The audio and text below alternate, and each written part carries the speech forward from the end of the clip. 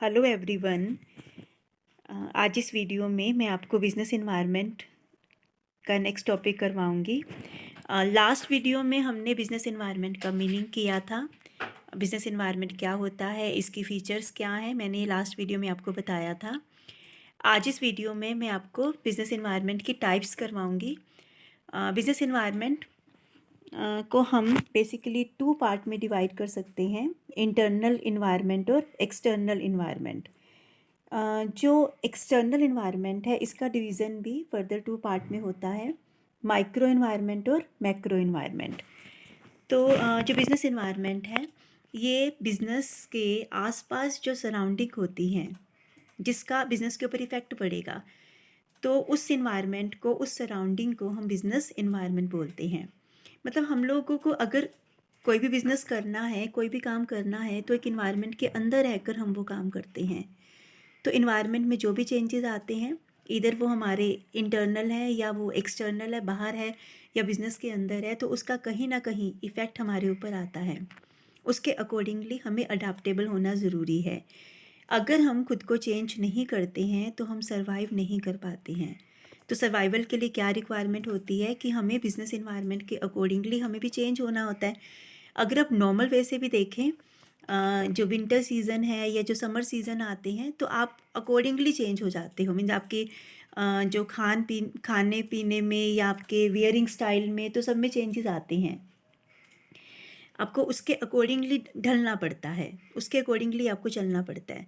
तो ऐसे ही business environment business जो होता है वो बिना इन्वायरमेंट के चेंज हुए, मतलब इन्वायरमेंट में अगर चेंज आ रहा है और बिज़नेस चेंज नहीं हो पाता है, खुद की पॉलिसीज़ को, खुद के मेथड को, एक्टिविटीज़ को चेंज नहीं कर पाता है, तो सर्वाइवल करना बहुत ज़्यादा मुश्किल होगा किसी भी बिज़नेस के लिए।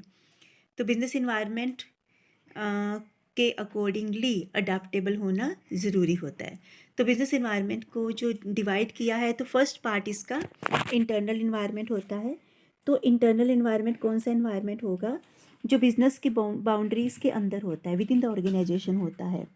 कि बिज़नेस के अंदर बहुत सारे लोग होते हैं, बहुत सारे सोर्सेज होते हैं, कुछ टेक्निक्स होती हैं, जो हमारे काम करने का तरीका है, जो हमारा स्टाइल है, तो वो सारी चीज़ें इंटरनल इन्वायरमेंट में आती हैं।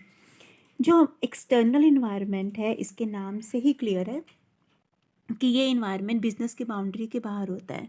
कि बिज़नेस के बाहर का जो इन्वायरमेंट है, क्योंकि आप सिर्फ बिज़नेस के अंदर रहकर ही अपने बिज़नेस को नहीं चला सकते हो, कि सिर्फ आप उन लोगों से इंटरेक्ट कर रहे हो जो बिज़नेस के अंदर है, तो आप बिज़नेस को कॉन्टिन्यूटी में फर्दर उसको नहीं चला पाओगे। तो आपको बाहर एक्सटर्नल पार्टी के साथ इंटरेक्शन करने की रिक्वायरमेंट है, क्योंकि आपको सोर्सेज कहाँ से मिलने वाले हैं? आपके एक्सटर्नल इन्वायरमेंट से ही मिलने वाले हैं। तो आपको उस इन्वायरमेंट से भी इंटरेक्ट करना होता है। तो एक्सटर्नल इन्वायरमेंट वो इन्वायरमेंट होता है जो बिज़नेस की बाउंड्रीज़ के बाहर है। तो एक्सटर्नल इन्वायरमेंट का भी का जो डिवीज़न है वो 2 पार्ट में हो सकता है, माइक्रो और मैक्रो इन्वायरमेंट। तो हम इन सारे टाइप को डिटेल में करेंगे। तो जो फर्स्ट टाइप है इसकी, दैट इज़ इंटरनल इन्वायरमेंट।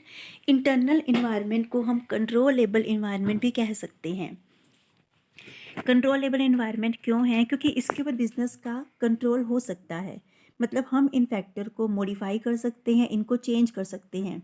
जैसे अगर हमारे जो अपने फिनेंशियल रिसोर्सेज हैं, तो हम उनको चेंज कर सकते हैं। अगर हमें ज़्यादा फंड की रिक्वायरमेंट है तो हम मनी बाहर से बोरो कर सकते हैं, ठीक है। और अगर हमें सोर्सेज की ज़रूरत है, हमें कुछ परचेज़ करना है, हमें मटेरियल की ज़रूरत है, तो हम बाहर से उसको परचेज़ कर सकते हैं। तो ये हमारा इंटरनल इन्वायरमेंट होता है। कि जो इन्वायरमेंट कंट्रोलेबल इन्वायरमेंट है, जिसको मॉडिफाई करना, ऑल्टर करना बिज़नेस के लिए इजी होता है, मतलब वो कर सकता है, इनको मॉडिफिकेशन इनमें ला सकता है। तो इस इन्वायरमेंट को हम इंटरनल इन्वायरमेंट कहते हैं। इंटरनल इन्वायरमेंट को फर्दर 2 कैटेगरी में डिवाइड किया गया है, 2 एक्टिविटीज़ में डिवाइड किया गया है जो इंटरनल इन्वायरमेंट के अंदर परफॉर्म की जाती है। तो जो पहली एक्टिविटी है दैट इज़ प्राइमरी एक्टिविटी, और सेकेंड एक्टिविटी होती है सपोर्टिंग एक्टिविटीज़। प्राइमरी एक्टिविटीज़ कौन सी एक्टिविटीज़ हैं? जो हमारी मेन एक्टिविटीज़ होती हैं, जो किसी भी फर्म के लिए, किसी भी बिजनेस ऑर्गेनाइजेशन के लिए टेक्नोलॉजिकली और स्ट्रेटेजिकली जिनकी रिक्वायरमेंट है, तो वो प्राइमरी एक्टिविटीज़ में आता है। प्राइमरी एक्टिविटीज़ में किस तरह की एक्टिविटीज़ को हम इंक्लूड करते हैं? तो सबसे पहला है इनबाउंड लॉजिस्टिक्स। इनबाउंड लॉजिस्टिक्स है, देन ऑपरेशंस आता है, आउटबाउंड लॉजिस्टिक्स हो सकते हैं, मार्केटिंग एंड सेल आती है, देन हमारे जो फिनेंशियल रिसोर्सेज है वो इसके अंदर इंक्लूड होते हैं, देन सर्विसेज आती हैं। तो प्राइमरी एक्टिविटी में जो फर्स्ट एक्टिविटी है वो है इनबाउंड एक्टिविटी।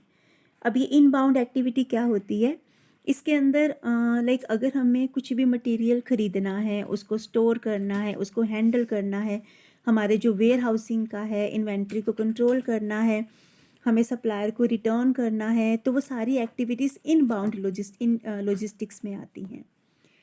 सेकेंड है ऑपरेशंस। ऑपरेशंस में हम क्या लेते हैं कि वो सारी एक्टिविटीज़, इसके अंदर वो सारी एक्टिविटीज़ आती है जिसके थ्रू हम रॉ मटेरियल को फिनिश गुड्स में कन्वर्ट करते हैं, तो एक्टिविटीज़ वो ऑपरेशंस में आती हैं। लाइक पैकेजिंग का है, असेंबलिंग है, इक्विपमेंट को मेंटेन करना है, प्रिंटिंग का है, तो ये सारी चीज़ें, ये सारी एक्टिविटीज़ ऑपरेशंस के अंदर इंक्लूड होती हैं। फिर आता है आउटबाउंड लॉजिस्टिक। तो आउटबाउंड लॉजिस्टिक्स में क्या होता है कि वो सारी एक्टिविटीज़ जो गुड्स को फाइनल कंज्यूमर तक पहुंचाने के लिए की जाती हैं, तो वो सारी एक्टिविटी आउटबाउंड लॉजिस्टिक्स का पार्ट है। जैसे जो गुड्स हैं जो हमें फाइनल कंज्यूमर तक पहुंचानी है, तो उनको कलेक्ट करना, उनको स्टोर करना, उनको डिस्ट्रीब्यूट करना, जैसे वेयर हाउसिंग का है, या जो डिलीवरी व्हीकल ऑपरेशंस होते हैं, व्हीकल ऑपरेशंस हैं, ऑर्डर की प्रोसेसिंग होती है, तो ये सारी एक्टिविटी आउटबाउंड लॉजिस्टिक का पार्ट है। फिर आता है मार्केटिंग एंड सेल। तो जो मार्केटिंग एंड सेल है, तो ये भी प्राइमरी एक्टिविटी में ही इंक्लूड होता है। मार्केटिंग एंड सेल में आता है कि वो सारी एक्टिविटी जिसमें बायर को प्रोडक्ट खरीदने के लिए उनको अपनी तरफ अट्रैक्ट किया जाता है, उनको मतलब एक तरह से अपनी फेवर में लिया जाता है, जिसमें एडवर्टाइजिंग हो सकता है, प्रमोशन हो सकता है, सेल फोर्स हो सकती है। क्योंकि जो कस्टमर्स होते हैं, जो हमारे कंज्यूमर हो सकते हैं, जो हमारे पोटेंशियल कंज्यूमर है, तो उनको तब तक हमारे प्रोडक्ट के बारे में पता नहीं चलेगा जब तक हम उनको बताएंगे नहीं। तो अगर आप भी कुछ ख़रीदते हैं तो उसके पीछे कोई ना कोई वजह होती है, कोई ना कोई ऐसा सोर्स होता है कि आपको जहाँ से उसके बारे में इंफॉर्मेशन मिलती है और आप उसको ख़रीदने के लिए रेडी होते हो। तो मार्केटिंग और सेल के अंदर हम जो हमारा प्रोडक्ट हमने बना लिया है, तो उसको सेल करना, उसको प्रमोट करना, तो ये हम इसमें इंक्लूड करेंगे। देन है फिनेंशियल रिसोर्सेज। फिनांस को तो किसी भी बिज़नेस का हम लाइफ ब्लड मान के चलते हैं, बैकबोन होता है ये। अगर फिनांस नहीं होगा तो हम अपने बिज़नेस की परफॉर्मेंस को इम्प्रूव नहीं कर पाएंगे। जो हमारी स्ट्रैटेजीज हैं, जो हमारे डिसीज़न हैं, तो उसके ऊपर कहीं ना कहीं इसका इफ़ेक्ट आता है। तो इसमें हम क्या क्या इंक्लूड करते हैं फिनेंशियल रिसोर्सेज में, फिनांस के रिगार्डिंग जो पॉलिसीज़ बनाई जाती हैं, जो कैपिटल स्ट्रक्चर का डिसीजन है, लाइक हमारे डेप्ट कितने होंगे, कितना हमने कैपिटल से मनी कलेक्ट करना है, तो ये सब फिनेंशियल रिसोर्सेज में आते हैं। और लास्ट आता है सर्विसेज। सर्विसेज में जैसे जो गुड्स हम बना रहे हैं, तो उनको बनाने में जो साइड बाय साइड कई तरह की सर्विसेज होती हैं। लाइक मशीनरी है, तो मशीनरी को हमें इंस्टॉल करवाना है, उसकी रिपेयर हो सकती है, ट्रेनिंग प्रोवाइड करना वर्कर को, देन प्रोडक्ट को एडजस्ट करना, स्पेयर पार्ट्स की सप्लाई हो सकती हैं, तो ये सब सर्विसेज में आती हैं। तो प्राइमरी एक्टिविटीज़ बहुत ज़्यादा असेंशियल होती हैं, और ये एक्टिविटी हर इंडस्ट्री में सिमिलर नहीं होती हैं, मतलब एक इंडस्ट्री से दूसरी इंडस्ट्री में वेरी कर सकती हैं। तो अलग अलग तरह की जो एक्टिविटीज़ हैं वो प्राइमरी एक्टिविटीज़ में इंक्लूड होती हैं, और बहुत ज़्यादा असेंशियल होती है, और ये कंट्रोलेबल होती है कि इनके ऊपर हम कंट्रोल कर सकते हैं। देन जो सेकंड पार्ट है इंटरनल इन्वायरमेंट का, वो आती है सपोर्ट एक्टिविटी। प्राइमरी एक्टिविटी किसी भी फर्म के लिए बहुत ज़्यादा क्रिटिकल होती है, तो उनके ऊपर तो फोकस करने की रिक्वायरमेंट है, लेकिन इसके साथ साथ जो सपोर्ट एक्टिविटीज़ हैं वो भी बहुत ज़्यादा इम्पोर्टेंट होती है किसी भी बिज़नेस के इंटरनल इन्वायरमेंट में। तो इनको फर्दर हम 5 कैटेगरी में डिवाइड कर सकते हैं। तो फर्स्ट जो है that is internal power relationship, उसके बाद आता है procurement, technology development, human resources आते हैं, और इंफ्रास्ट्रक्चर ऑफ द फर्म आता है।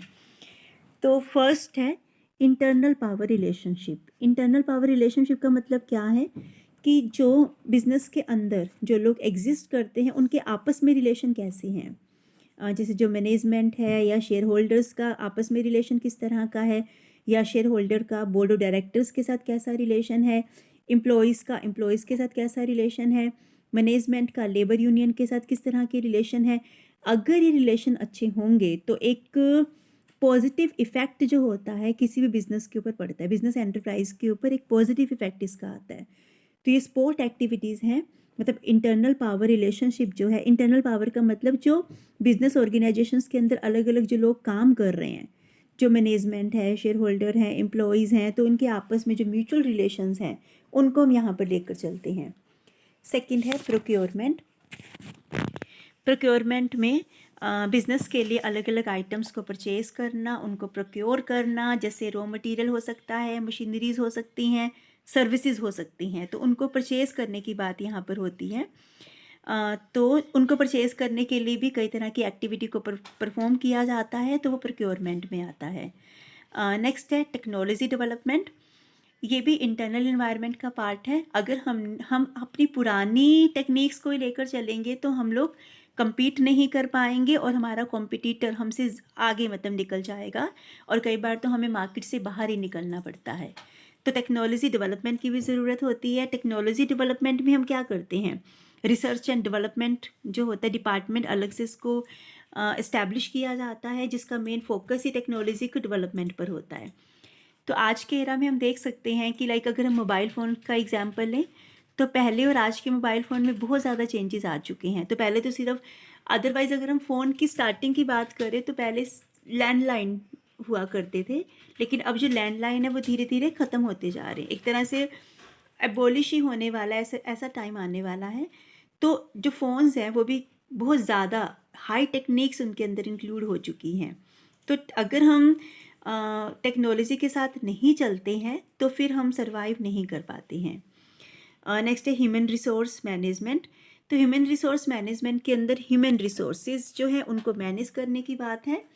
जो ह्यूमन रिसोर्सेज हैं उनको हम कैसे डेवलप कर सकते हैं, तो उसमें कुछ एक्टिविटीज़ है जो हमें परफॉर्म करनी होती हैं, लाइक उनको रिक्रूट करना है, उनको ट्रेनिंग प्रोवाइड करना है, ऑर्गेनाइजेशन के अंदर उनको डेवलप करना है, उनकी जो मतलब जैसे पीडी का हम बात करें कि उनकी पर्सनैलिटी डेवलपमेंट होती है, तो ये बहुत ज़्यादा ज़रूरी होती है। ऑर्गेनाइजेशन की हर एक्टिविटी में ह्यूमन रिसोर्सेज तो इंक्लूड होते हैं, कोई भी ऐसी एक्टिविटी नहीं होती जहाँ पर ह्यूमन रिसोर्सेज की रिक्वायरमेंट ना हो। चाहे काम मशीनरी से हो रहा है लेकिन वहाँ पर भी ह्यूमन का प्रेजेंट होना ज़रूरी होता है, तो ह्यूमन रिसोर्सेज की डेवलपमेंट की रिक्वायरमेंट होती है। लास्ट है इंफ्रास्ट्रक्चर ऑफ द फर्म। जो फर्म का इंफ्रास्ट्रक्चर है तो ये भी बहुत ज़्यादा इम्पोर्टेंट होता है इंटरनल इन्वायरमेंट के अंदर। तो जो ये एक्टिविटीज़ होती हैं स्पोर्ट एक्टिविटीज़, तो इंफ्रास्ट्रक्चर ऑफ फर्म एक इसका इम्पोर्टेंट पार्ट है कि फर्म का इंफ्रास्ट्रक्चर किस तरह का है। फर्म का इंफ्रास्ट्रक्चर जितना ज़्यादा सोफिस्टिकेटेड होगा उतना ही फर्म के लिए वो बेनिफिशियल होगा। नेक्स्ट है एक्सटर्नल इन्वायरमेंट। एक्सटर्नल इन्वायरमेंट ये सेकंड टाइप है बिजनेस इन्वायरमेंट की। तो एक्सटर्नल इन्वायरमेंट को हम अनकंट्रोलेबल इन्वायरमेंट भी कह सकते हैं। अनकंट्रोलेबल है क्योंकि इसके ऊपर बिजनेस का कंट्रोल नहीं होता है। एक्सटर्नल इन्वायरमेंट बिजनेस की बाउंड्री के बाहर होता है। ये बिजनेस का जो एक स्ट्रक्चर है उससे बाहर ये होता है। इसमें हम इसको भी हम फर्दर 2 पार्ट में डिवाइड कर सकते हैं, माइक्रो इन्वायरमेंट और मैक्रो इन्वायरमेंट। माइक्रो इन्वायरमेंट और मैक्रो इन्वायरमेंट है। जो हमारा माइक्रो इन्वायरमेंट है इसको हम इमीडिएट इन्वायरमेंट भी कह सकते हैं। ये बिज़नेस का इमीडिएट इन्वायरमेंट होता है कि जब बिज़नेस अपने बाउंड्री के बाहर निकलता है, हम लोग बाउंड्री से बाहर जाते हैं, तो जिनसे सबसे पहले हमारा इंटरेक्शन होगा तो वो हमारा इमीडिएट इन्वायरमेंट होता है। सेकंड आता है मैक्रो इन्वायरमेंट। मैक्रो इन्वायरमेंट को हम ऑपरेशनल इन्वायरमेंट भी कह सकते हैं। इसका इनडायरेक्टली इफ़ेक्ट हमारे ऊपर कहीं ना कहीं आता है। तो सबसे पहले हम मैक्रो इन्वायरमेंट की बात करते हैं। तो जो मैक्रो इन्वायरमेंट है, मैक्रो इन्वायरमेंट के भी अलग अलग पार्ट हैं, बहुत सारे ऐसे कंपोनेंट्स हैं जो मैक्रो इन्वायरमेंट के अंदर इंक्लूड किए जाते हैं, जिसमें इकोनॉमिकल इन्वायरमेंट हो सकता है, पॉलिटिकल इन्वायरमेंट हो सकता है, डेमोग्राफिक इन्वायरमेंट है, नेचुरल, सोशल, टेक्नोलॉजिकल इन्वायरमेंट है और इंटरनेशनल इन्वायरमेंट आता है। तो इकोनॉमिक इन्वायरमेंट, सबसे पहला इकोनॉमिक इन्वायरमेंट है। बिजनेस तो अपने आप में एक माइक्रो इकोनॉमिक यूनिट होता है, क्योंकि बिजनेस में जो भी एक्टिविटीज़ की जा रही है वो मनी को अर्न करने के लिए की जा रही है। तो बिजनेस का एक इकोनॉमिक इन्वायरमेंट होगा। ये बिजनेस का एक्सटर्नल इन्वायरमेंट होता है। तो इकोनॉमिक इन्वायरमेंट, जो किसी भी कंट्री का जो इकोनॉमिक इन्वायरमेंट है, इसके अंदर मेन 3 एलिमेंट्स आते हैं। इकोनॉमिक इन्वायरमेंट में हम मेन 3 एलिमेंट्स को लेके चलते हैं। तो जो पहला एलिमेंट है, 3 एलिमेंट्स हैं। किसी भी इकोनॉमी का जो इकोनॉमिक सिस्टम होगा, ठीक है, तो ये इकोनॉमिक इन्वायरमेंट का पार्ट है। देन इसके अलावा जो इकोनॉमिक पॉलिसीज़ बनाई जाती हैं तो वो इकोनॉमिक इन्वायरमेंट में आती हैं। इकोनॉमिक पॉलिसीज़ हो सकती हैं और इकोनॉमिक कंडीशन किस तरह की है, तो ये किसी भी इकोनॉमी का इकोनॉमिक इन्वायरमेंट होता है। ये बिज़नेस के लिए बहुत इम्पोर्टेंट होता है, क्योंकि अगर बिज़नेस इनके अकॉर्डिंगली अडाप्टेबल नहीं होता है तो कहीं ना कहीं उनको प्रॉब्लम को फेस करना होता है। तो पहले हम फर्स्ट इन्वायरमेंट की बात करते हैं। इकोनॉमिक इन्वायरमेंट में इसके फर्स्ट कंपोनेंट की बात करते हैं, वो है इकोनॉमिक सिस्टम। हर एक इकोनॉमी का इकोनॉमिक सिस्टम अलग अलग हो सकता है। तो इकोनॉमिक सिस्टम क्या होगा, तो ये डिपेंड करता है कि इकोनॉमिक कॉम्पोजिशन किस तरह का है, इकोनॉमिक थिंकिंग कैसी है, इकोनॉमिक लिबरलाइजेशन क्या है। तो इसके बेस पर हम इन्वायरमेंट को 3 कैटेगरी में डिवाइड कर सकते हैं। तो पहला जो इन्वायरमेंट होता है वो है सोशलिस्ट इकोनॉमिक सिस्टम। मतलब इकोनॉमिक सिस्टम 3 तरह के हो सकते हैं। सोशलिस्ट इकोनॉमिक सिस्टम हो सकता है, देन कैपिटलिस्टिक इकोनॉमिक सिस्टम हो सकता है, और थर्ड मिक्स्ड इकोनॉमी हो सकती है। जो सोशलिस्टिक इकोनॉमिक सिस्टम होता है, इसके अंदर जितने भी फैक्टर ऑफ प्रोडक्शन होते हैं उनको ऑर्गेनाइज करने का काम, उनकी ओनरशिप जो होती है उनको मैनेज करने का काम सब गवर्नमेंट के हाथों में होता है। मतलब गवर्नमेंट का पूरा कंट्रोल रहेगा, गवर्नमेंट की ओनरशिप होती है, गवर्नमेंट का रोल, उनका इंटरफेरेंस होता है, गवर्नमेंट सारी प्लानिंग करती है, और प्राइस और वेजेस वगैरह सब पूरा जो कंट्रोल होता है वो गवर्नमेंट के थ्रू ही किया जाता है। सेकंड आती है इकोनॉमिक पॉलिसीज़। सेकंड जो सिस्टम है इकोनॉमिक सिस्टम में, फर्स्ट सिस्टम हमने किया socialistic economic system. Second system इसमें है capitalistic economic system. Capitalistic economic system में प्राइवेट सेक्टर को प्रमोट करने की बात होती है कि जो प्राइवेट एंटरप्राइजेज है उनको एनकरेज किया जाता है, जो उनको मतलब कंपटीशन की एक स्पिरिट जो होती है उनके अंदर एक पैदा की जाती है, जिससे जैसे कंपटीशन बढ़ता है तो क्वालिटी में भी इम्प्रूवमेंट होना शुरू हो जाता है। तो कैपिटलिस्टिक इकोनॉमी में जो प्राइवेट सेक्टर है उनका इनिशिएटिव होता है। फैक्टर ऑफ प्रोडक्शन जो होते हैं, लैंड, लेबर, कैपिटल, एंटरप्रेन्योर, ये प्राइवेटली ओन्ड होते हैं, और प्रोडक्शन जो किया जाता है वो प्राइवेट एंटरप्राइजेस के इनिशिएटिव से होता है। इनकम प्राइवेट सेक्टर को मिलती है, प्रॉफिट की फॉर्म में हो सकती है वो, और जो इकोनॉमी है वो फ्री मार्केट इकोनॉमी होती है। मतलब उसके ऊपर कोई गवर्नमेंट का कोई कंट्रोल या कोई प्लानिंग या कोई रेगुलेशन नहीं होता है। नेक्स्ट जो इकोनॉमिक सिस्टम का थर्ड पार्ट है that is mixed economy. Mixed economy में होता है कि ये सोशलिस्टिक इकोनॉमी और कैपिटलिस्टिक इकोनॉमी का एक मिड वे है। मीन्स जहाँ पर दोनों तरह के सिस्टम प्रिवेलिंग होते हैं, दोनों तरह के सिस्टम का को एग्जिस्टेंस होता है, तो इस तरह की इकोनॉमी को हम मिक्स्ड इकोनॉमी कह सकते हैं। कुछ एरियाज़ ऐसे हैं जो गवर्नमेंट के हाथों में होते हैं, लाइक इंडिया की अगर हम बात करें तो इंडिया एक मिक्स्ड इकोनॉमी का एग्जाम्पल है बहुत अच्छा, क्योंकि इंडिया में क्या है कि कुछ सेक्टर ऐसे हैं जो सिर्फ गवर्नमेंट के लिए रिस्ट्रिक्टेड है, उनमें प्राइवेट सेक्टर एंटर नहीं कर सकता है। लाइक रेलवेज़ का है या एटॉमिक एनर्जी का है, तो उसके अंदर सारा जो होल्ड है, सारा जो कंट्रोल है वो गवर्नमेंट के हाथों में है। और बाकी जो सेक्टर है उनमें प्राइवेट सेक्टर इजीली एंटर कर सकता है और अपना बिजनेस वो चला सकता है। तो 3 तरह की इकोनॉमीज हो सकती है इकोनॉमिक सिस्टम में। तो पहली इकोनॉमी मैंने अभी आपको बताई कि सोशलिस्टिक इकोनॉमिक सिस्टम हो सकता है, कैपिटलिस्टिक इकोनॉमिक सिस्टम हो सकता है, और मिक्स्ड इकोनॉमी हो सकती है। देन सेकंड जो इन्वायरमेंट है वो आता है, इकोनॉमिक इन्वायरमेंट के अंदर ही इसका जो सेकंड पार्ट है that is economic policies. Government time to time कई तरह की इकोनॉमिक पॉलिसीज़ इकोनॉमी के लिए बनाता है। इकोनॉमिक पॉलिसी गवर्नमेंट और बिजनेस के आपस में रिलेशन को एस्टैब्लिश करती है।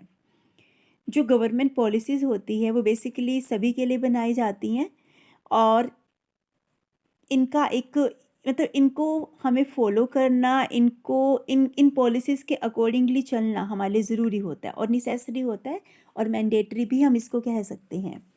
जैसे गवर्नमेंट कई तरह की पॉलिसीज़ बनाती हैं, लाइक इंडस्ट्रियल पॉलिसी हैं, फिस्कल पॉलिसी हो सकती हैं, टैक्स पॉलिसी हैं, पब्लिक डेट पॉलिसी हो सकती है, एग्जिम पॉलिसी है, import export policy, industrial licensing policy है।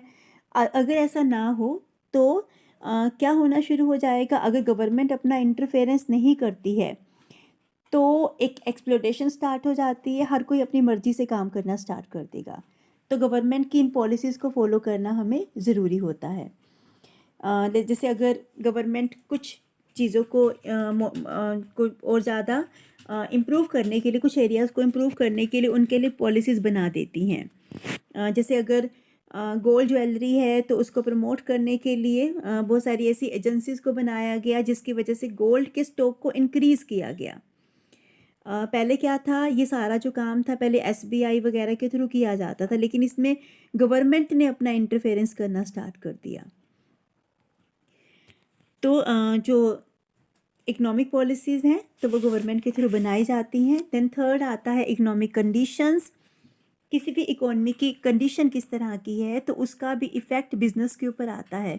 जैसे इकोनॉमी के अंदर कैपिटल फॉर्मेशन की सिचुएशन किस तरह की है, ह्यूमन रिसोर्सेज, फॉरेन कैपिटल कितनी है, फॉरेन ट्रेड कितना है, और बैंकिंग सिस्टम किस तरह का है, एंटरप्रेन्योरशिप कैसी है, इंडस्ट्रियल डेवलपमेंट कंट्री का कैसा है। तो जैसी इकोनॉमिक कंडीशंस होती है तो उनका कहीं ना कहीं इफ़ेक्ट बिजनेस के ऊपर भी आता है। जैसे अगर कुछ ऐसे प्रोडक्ट हैं जिनकी डिमांड धीरे धीरे कम होनी शुरू हो गई है, जैसे अगर हम रेडियो सेट्स की बात करें या जो ट्रांजिस्टर्स वगैरह होते हैं वो आज की डेट में आपको कहीं नहीं मिलेंगे, तो इनकी डिमांड धीरे धीरे कम होती जा रही है, तो प्रोडक्शन भी अल्टीमेटली वो कम होता जा रहा है। नेक्स्ट इन्वायरमेंट है पॉलिटिकल इन्वायरमेंट। पॉलिटिकल इन्वायरमेंट में हम क्या लेकर चलते हैं कि हमारी पॉलिटिकल जो पार्टीज़ हैं, जो इन पावर है, वो किस तरह की हैं। अगर किसी इकोनॉमी में पॉलिटिकल स्टेबिलिटी नहीं होती है तो उनका कहीं ना कहीं बिजनेस के ऊपर एक एडवर्स इफेक्ट आता है, क्योंकि जब भी कोई नई सरकार आती है तो वो नई पॉलिसीज़ के साथ आती हैं। एक नई उनका अपना पूरा एक नया सिस्टम होता है जिसके अकॉर्डिंगली सभी को चलना पड़ता है। तो जो पॉलिटिकल स्टेबिलिटी है तो बहुत ज़्यादा ये फेवरेबल होता है किसी भी इकोनॉमी के बिजनेस के लिए। तो पॉलिटिकल इन्वायरमेंट का भी बिजनेस के ऊपर कहीं ना कहीं इफेक्ट आता है। तो पॉलिटिकल इन्वायरमेंट के अंदर हम क्या लेते हैं, जैसे सेंटर स्टेट की रिलेशनशिप किस तरह की है, सेंटर में कौन सी गवर्नमेंट है, स्टेट में कौन सी गवर्नमेंट है।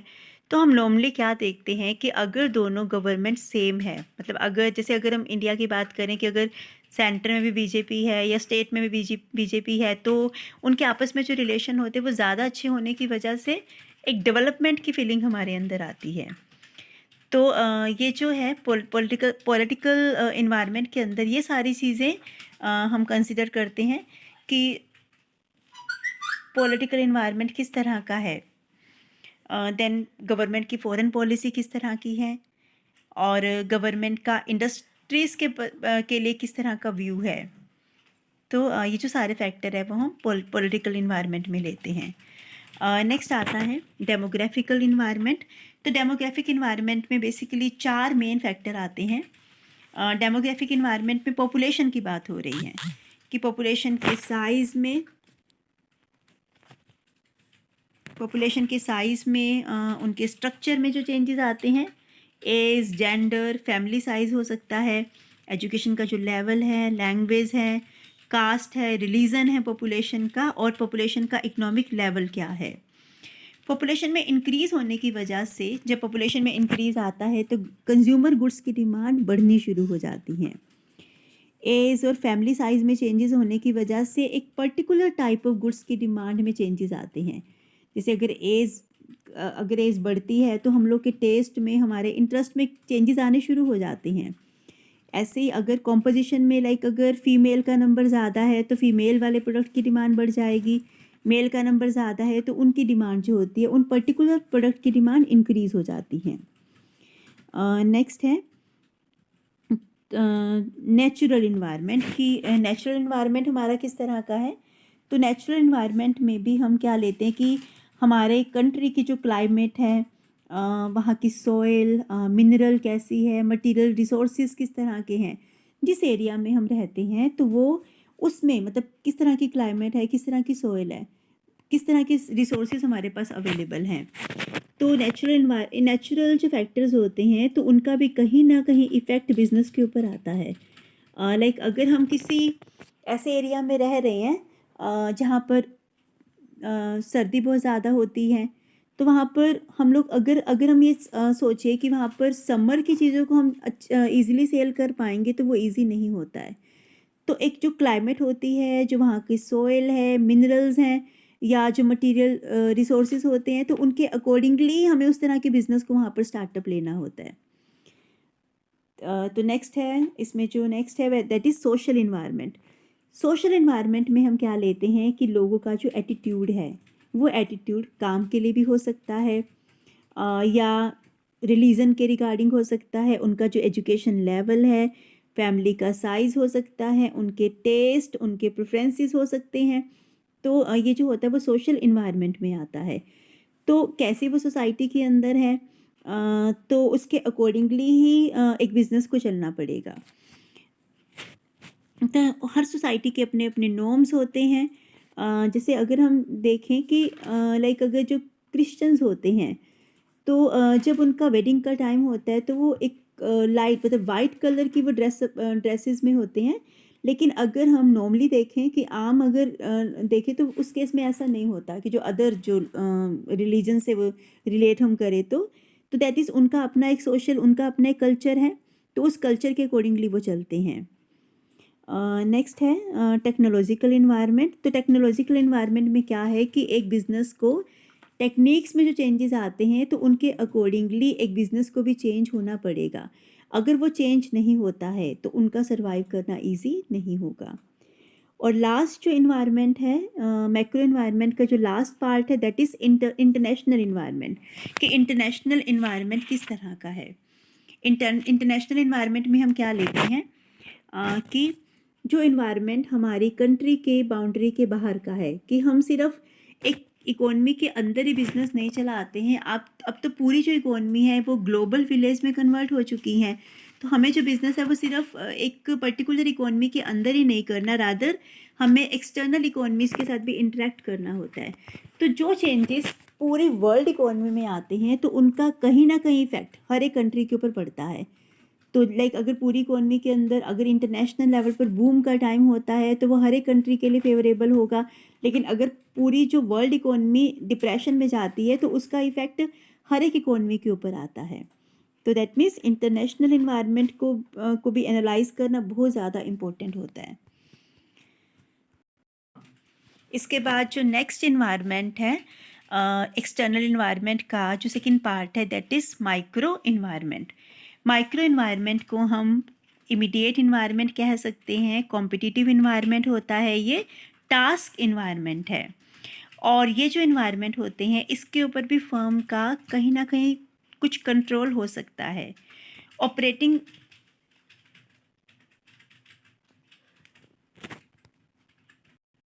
ऑपरेटिंग इन्वायरमेंट है माइक्रो इन्वायरमेंट। तो माइक्रो इन्वायरमेंट में हम कौन कौन से फैक्टर लेंगे?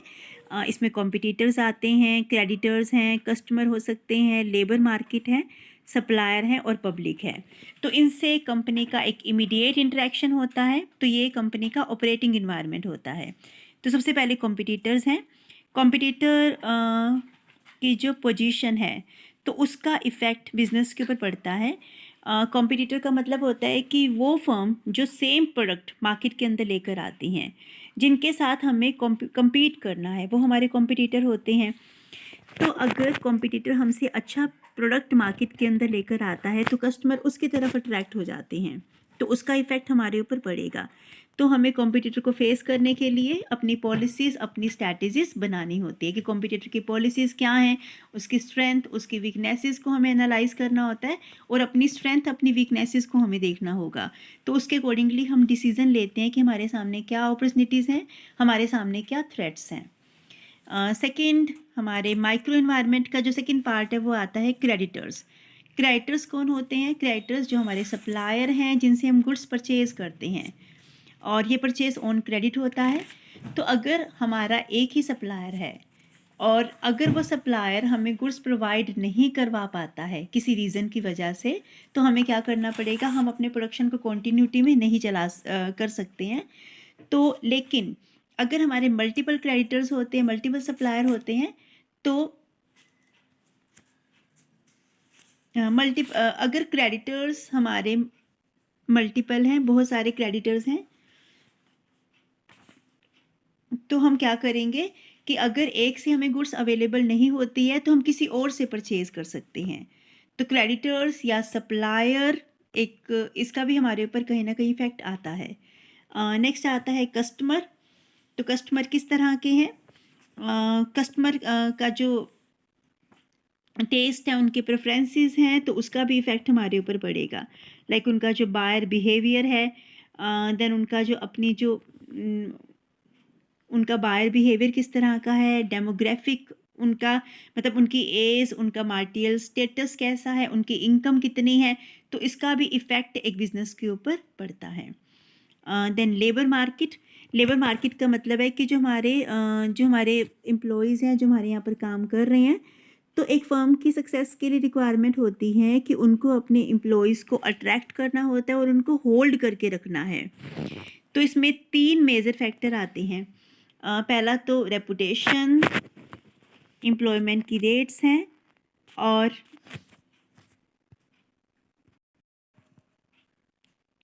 एम्प्लॉयमेंट की रेट और अवेलेबिलिटी। तो इन सब का इफ़ेक्ट पड़ता है किसी भी जो लेबर सप्लाई के ऊपर, लेबर मार्केट में।